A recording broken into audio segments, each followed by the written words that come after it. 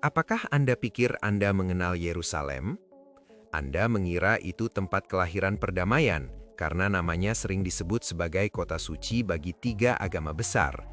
Tetapi pernahkah Anda bertanya mengapa kota yang dibangun untuk menyembah Tuhan itu pernah diratakan 2 kali dan dikepung 23 kali oleh mereka yang mengaku bertindak atas namanya? Yerusalem bukan tempat suci yang tenang. Ia adalah medan pertempuran keyakinan yang mutlak. Hamparan tanah kering tanpa sungai dan tanpa minyak, entah bagaimana menjadi pusat alam semesta. Setiap pagi, sebuah keluarga Muslim memegang kunci dan membuka gereja yang paling suci bagi umat Kristen, karena itulah satu-satunya pengaturan yang mencegah saudara seiman saling berkhianat. Waktu di kota ini tidak berlalu. Ia terakumulasi seperti lapisan sedimen, sehingga seseorang di abad ke-21 masih berdebat tentang klaim kepemilikan yang berasal dari zaman Abraham, seolah-olah itu terjadi kemarin pagi. Di perbukitan sekitarnya, jumlah orang mati melampaui yang hidup, di lanskap yang oleh ketiga agama dinyatakan sebagai titik awal dari akhir zaman. Selamat datang di Yerusalem.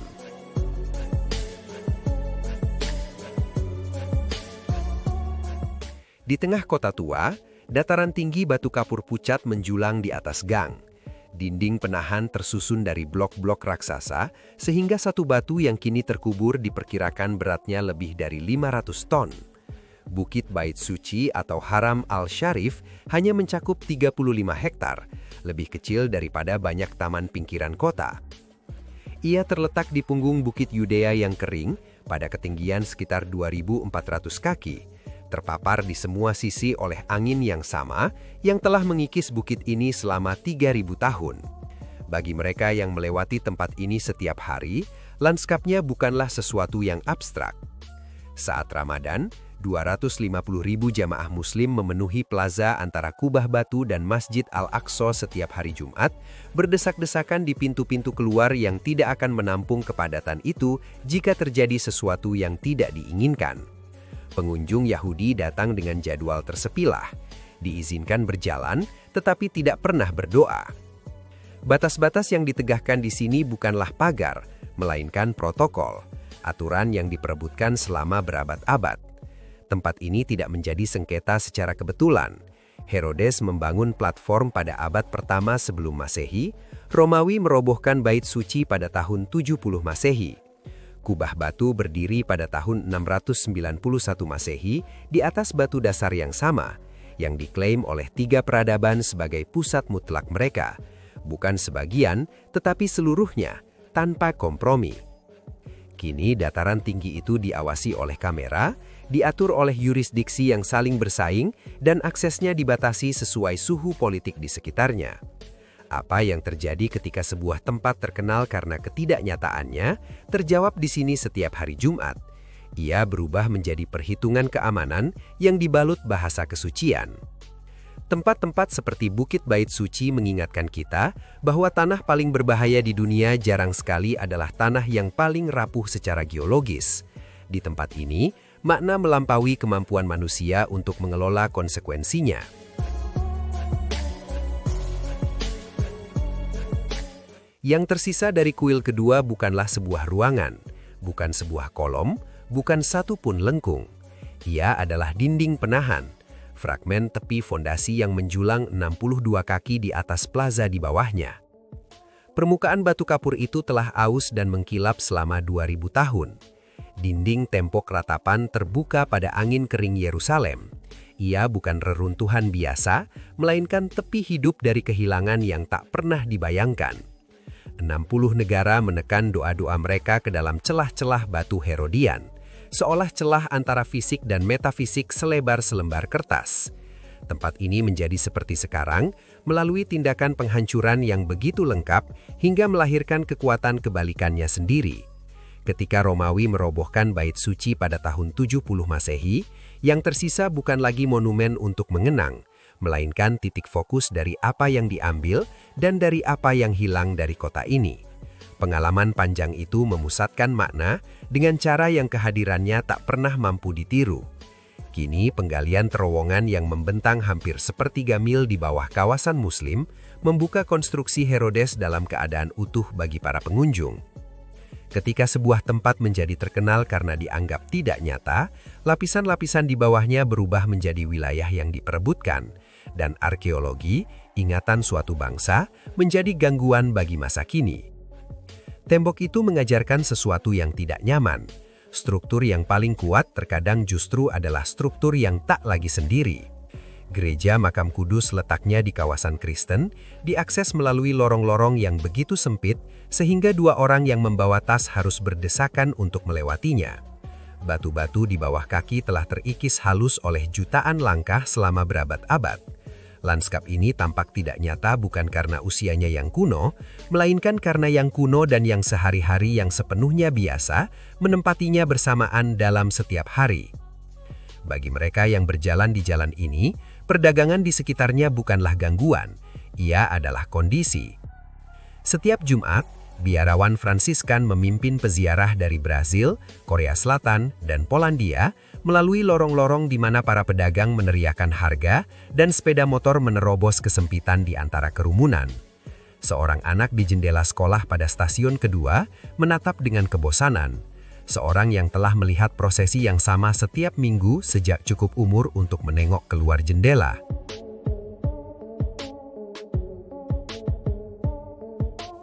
Tempat ini bukanlah hasil pelestarian yang cermat. Rute ini diformalkan oleh tentara salib pada abad ke-12 berdasarkan tradisi lisan, bukan bukti topografi. Benteng Antonia yang ditandai sebagai titik awal, kini dipertanyakan oleh para sarjana. Beberapa menempatkan lokasi pengadilan Pilatus yang sesungguhnya di Istana Herodian di sisi barat kota.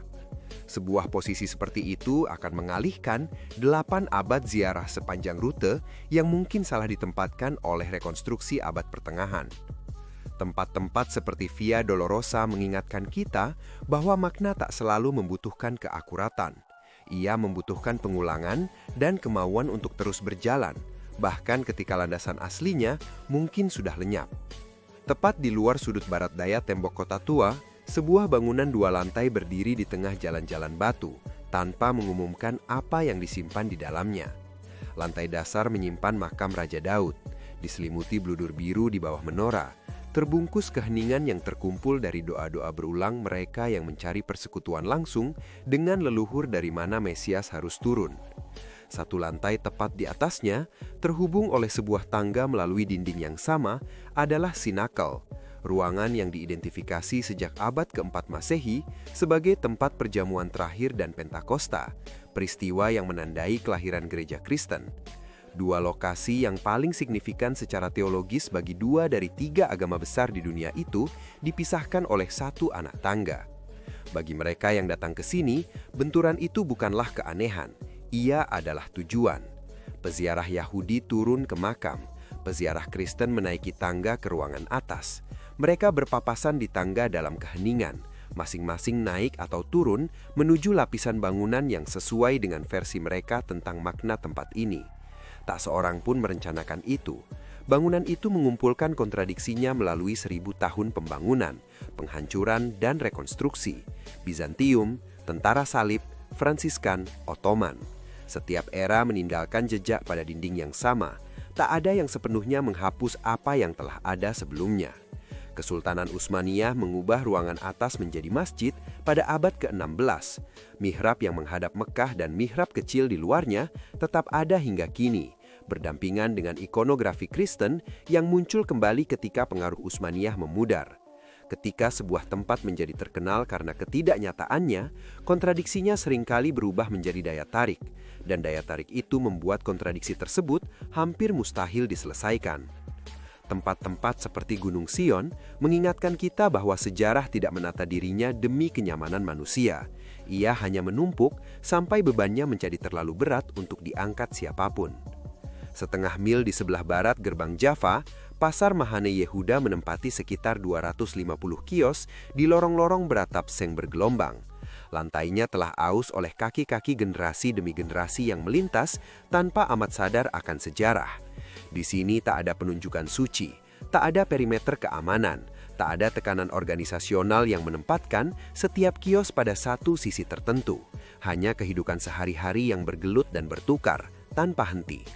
Jika dibandingkan dengan standar yang diterapkan Yerusalem pada hampir tiap wilayahnya, geografi perkotaan ini tergolong biasa saja, dan justru itulah yang menjadikannya salah satu tempat paling unik di kota ini.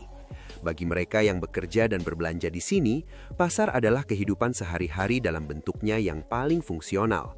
Para penjual hasil bumi menata jeruk sebelum fajar. Para pedagang rempah menyusun zatar dan kapulaga menjadi pajangan yang bisa tercium oleh pengunjung dari setengah blok sebelumnya. Harga dan salam dilontarkan dalam Ibrani, Arab, Rusia, dan Amharik, seringkali dalam kalimat yang sama, karena kota yang berbelanja di sini adalah kota yang nyata. Wanita ultra-ortodoks berpakaian rok panjang, mahasiswa sekuler berjeans, pedagang Arab dari Yerusalem Timur, imigran Ethiopia, pensiunan Rusia, semua bertemu di lorong-lorong sempit yang sama menuju tujuan yang sama. Pasar ini beroperasi di lokasi yang sama sejak sekitar tahun 1887, bertahan lebih lama daripada kekuatan politik manapun yang mengatur Yerusalem pada era modern. Kini kenaikan harga sewa akibat pariwisata mengubah komposisi tokonya. Pedagang sayur yang keluarganya telah menempati kedai selama beberapa generasi digantikan oleh toko-toko kerajinan yang ditujukan untuk pengunjung. Ketika sebuah tempat menjadi terkenal karena ketidaknyataannya, keaslian yang membuatnya terkenal seringkali membuat orang-orang yang menciptakannya tidak lagi mampu tinggal di sana. Tempat-tempat seperti Mahane Yehuda mengingatkan bahwa ruang-ruang paling jujur di kota yang terpecah ini diatur lebih oleh selera daripada oleh ideologi. Dan rasa lapar itu tidak seperti iman, tak pernah bertanya dari sisi mana tembok Anda berasal. Di bawah jalan-jalan Silwan, di selatan tembok kota tua, sebuah terowongan melengkung sepanjang kurang lebih 1.750 kaki, menembus batu gamping padat sekitar 100 kaki di bawah permukaan. Dindingnya menyimpan bekas pahatan para pekerja yang memotongnya pada tahun 701 sebelum Masehi. Dua tim menggali secara bersamaan dari ujung yang berlawanan, tanpa alat survei tertentu, hanya dipandu oleh suara air bawah tanah. Mereka bertemu dengan selisih beberapa inci dari keselarasan sempurna di dalam gelap. Raja Hizkia memerintahkan pembangunan itu sebelum tentara Asyur pimpinan Senakerib tiba untuk mengalihkan mata air Gihon dari luar tembok yang rentan ke kolam Siloam di dalam kota. Air yang dialihkan membantu Yerusalem bertahan saat pengepungan yang menghancurkan 46 kota berbenteng dalam perjalanan Asyur di Levante. Bagi mereka yang menelusuri terowongan hari ini, lutut terendam arusnya, senter di tangan, pengalaman bergerak melalui infrastruktur yang dibangun 27 abad yang lalu dan masih berfungsi, merangkum waktu dalam cara yang tak bisa ditirukan oleh pameran museum manapun. Prasasti Siloam yang terukir di titik terobosan mencatat momen ketika dua tim saling mendengar suara satu sama lain melalui sisa-sisa batu dengan kejelasan yang melampaui kata-kata retoris. Tempat ini menjadi seperti sekarang karena tindakan bertahan hidup kolektif di bawah tekanan eksistensial. Jenis rekayasa seperti ini lahir bukan dari ambisi, melainkan dari ketiadaan pilihan lain. Hari ini terowongan itu memanjang di bawah lingkungan di mana keluarga Palestina di Silwan menghadapi perintah penggusuran karena penggalian arkeologi kota Daud meluas di bawah fondasi rumah mereka. Ketika sebuah tempat menjadi terkenal karena ketidaknyataannya, infrastruktur kuno yang bertahan hidup berubah menjadi bukti dalam perdebatan kontemporer tentang siapa yang berhak lebih lama untuk tetap ada. Tempat-tempat seperti terowongan Hizkia mengingatkan bahwa air tidak memihak. Ia hanya mengalir melalui kegelapan, menembus setiap klaim yang dibuat atas batu-batuan di sekelilingnya, tak peduli dan terus-menerus. 12 menit di utara gerbang Jaffa, suasana kota berubah tanpa peringatan. Toko-toko berganti dengan bangunan yang berhias papan sinama Yiddish. Pejalan kaki adalah pria berjubah hitam dan topi berlebar mangkuk. Wanita memakai rok panjang dan menutup rambut. Anak-anak belajar dalam jam dan kurikulum yang sepenuhnya berada di luar sistem pendidikan nasional. Wilayah ini tidak memiliki pos pemeriksaan atau batas formal. Perbedaannya bersifat atmosferik dan menyeluruh. Adalah sebuah lingkungan yang menempati ruang kota yang sama dengan ibu kota modern Israel, tetapi mengatur setiap dimensi internalnya menurut aturan yang ada jauh sebelum berdirinya negara, sebelum mandat perintah, bahkan sebelum hampir semua pengaturan politik yang kini ada. Bagi mereka yang tinggal di sini, lanskap itu adalah hasil pembangunan yang disengaja, sebuah komunitas yang dirancang bukan sebagai reaksi terhadap modernitas, melainkan sebagai alternatifnya. Yeshivah-yeshivah, para pemandian ritual, sinagoga yang doanya dimulai sebelum subuh, bukan artefak kultural belaka, melainkan infrastruktur fungsional dari cara hidup yang dipertahankan dengan konsistensi luar biasa selama 5 generasi di tengah kota yang sekelilingnya berubah secara total. Kehidupan Meir Sharim dimulai pada tahun 1874, sebelum Kongres Zionis, sebelum Deklarasi Balfour, sebelum negara pernah menjadi konsep politik yang nyata. Komunitas yang mendirikannya tidak membangun sebuah negara. Mereka menunggu Mesias, sebuah kejadian ilahi yang secara teologi mereka tak bisa dipaksakan oleh tindakan politik manusia. Dalam pemahaman itu, Israel bukanlah penggenapan historis Yahudi, melainkan imitasi yang tidak sabar. Kini komunitas itu menghadapi tekanan pemerintah, dari wajib militer hingga ketentuan kurikulum, menimbulkan konflik mendasar apakah negara berhak mengatur komunitas yang sama sekali tidak mengakui legitimasi kenegaraannya. Ketika sebuah tempat menjadi terkenal karena ketidaknyataannya, penolakan teologisnya berubah menjadi persoalan politik. Tempat-tempat seperti Meir Sharim mengingatkan kita bahwa bertahan hidup tidak selalu berarti beradaptasi. Kadang-kadang ia berarti mempertahankan cara hidup yang menolak untuk disesuaikan. Terkadang itu berarti penolakan mutlak dan kesabaran untuk menunggu dunia yang belum mampu diberikan oleh masa kini. Di punggung barat Gunung Herzl, di mana hutan pinus membuka dirinya menjadi lahan terbuka di tepi penurunan panjang menuju dataran pantai, sebuah prisma beton sepanjang kurang lebih 2 meter membelah punggung Riju dari sisi ke sisi. Ia masuk ke lereng pada permukaan tanah dan muncul kembali di ujung timur sebagai sebuah pembukaan segitiga yang membingkai perhilingan Yehudia. Cahaya pucat Yerusalem jatuh di lereng batu gamping yang telah ada di sini lebih lama daripada peristiwa apapun yang dituliskan tentangnya. Para pengunjung yang bergerak di dalam bangunan itu selalu terorientasi pada lanskap di luar. Mereka sadar bahwa di balik tembok, perhilingan terus membentang dalam ketidakpedulian kuno mereka. Bagi mereka yang bekerja di sini, arsivaris, pendidik, saksi hidup yang mencatat kesaksian sebelum ajal menjemput, komitmennya sangat tegas bahwa setiap dari 6 juta yang dibunuh adalah seseorang yang tertentu, dan bahwa anonimitas yang dibutuhkan genosida untuk berfungsi dalam skala besar harus ditolak, dan bahwa pekerjaan memberi nama akan berlanjut sampai semua nama ditemukan atau ketiadaan mereka diukur dengan tepat. Yad Vashem menjadi seperti sekarang karena negara dibangun di atas argumen yang membutuhkan dokumentasi ini sebagai fondasinya. Bahwa kehadiran Yahudi di tanah ini bukan sekedar preferensi politik, melainkan kebutuhan historis yang tak terpisahkan dari bukti tentang apa yang terjadi ketika mereka tidak hadir. Aulanya menyimpan 600 foto yang menjulang menghadap lubang terbuka. Monumen anak-anak menggandakan satu lilin menjadi 1.500.000 titik cahaya, dengan nama-nama yang dibacakan untuk setiap titik. Rekaman itu belum padam sejak hari peresmian monumen. Ketika sebuah tempat menjadi terkenal karena ketidaknyataannya, kesedihan memperoleh bobot diplomatik. Pertanyaan tentang apa yang diizinkan oleh bobot itu menjadi persoalan yang tak dirancang untuk dijawab oleh institusi semacam itu. Tempat-tempat seperti Yad Vashem mengingatkan kita bahwa ingatan tak pernah netral. Ia selalu berupa argumen, dan argumen terkuat dibangun bukan dari kepastian semata, melainkan dari pengukuran yang teliti tentang apa yang hilang.